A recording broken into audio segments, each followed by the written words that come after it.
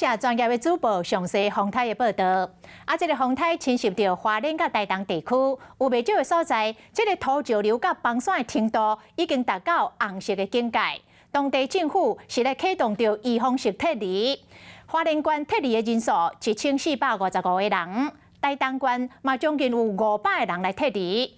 会安尼大动作来撤离，就是因为山区已经有道路出现着土霾的状况，尤其是台九线，因为山区变大雨，若积水一过路面，山边嘛出现着土霾的水墙，看着真惊人。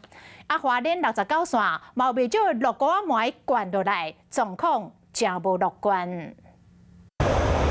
台九线水墙的水量坐甲惊倒人，因为风台带来大雨，雨水变甲真大江，头壳若积水，搁积土山。下面还有往那边走吗？还有下面还有一部分更大。可以看到这边的路面上已经有非常多的泥沙，甚至还放起了三角锥，因为这边就受到了就是台风的影响，所以像前面这个里原本是一条路，现在居然变成了一条泥流河。中央气象局嘛对华东地区发布红色警戒，根据统计，花莲有63条尖细溪达到红色警戒，其中花莲富里乡是大规模崩山的高度警戒区，台东嘛有44条溪达到红色警戒，认为大规模崩山的警戒区拢是伫咧延平乡，为昨开始已经紧急预防性撤离警戒区的民众。若卫生署矿泉水是准备甲侪密码，因为撤离的人数是真多。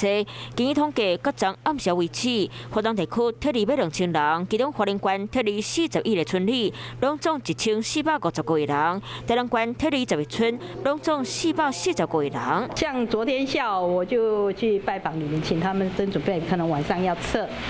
强风大雨扫来，为了山顶民众安全，先暂时将安搭伫咧收容所，希望多数的风台赶紧赶走，互民众当平安回去厝。你好，我是宋彦明。想掌握最及时的新闻资讯吗？赶紧订阅、按赞、开启小铃铛，锁定华视新闻 YouTube 频道。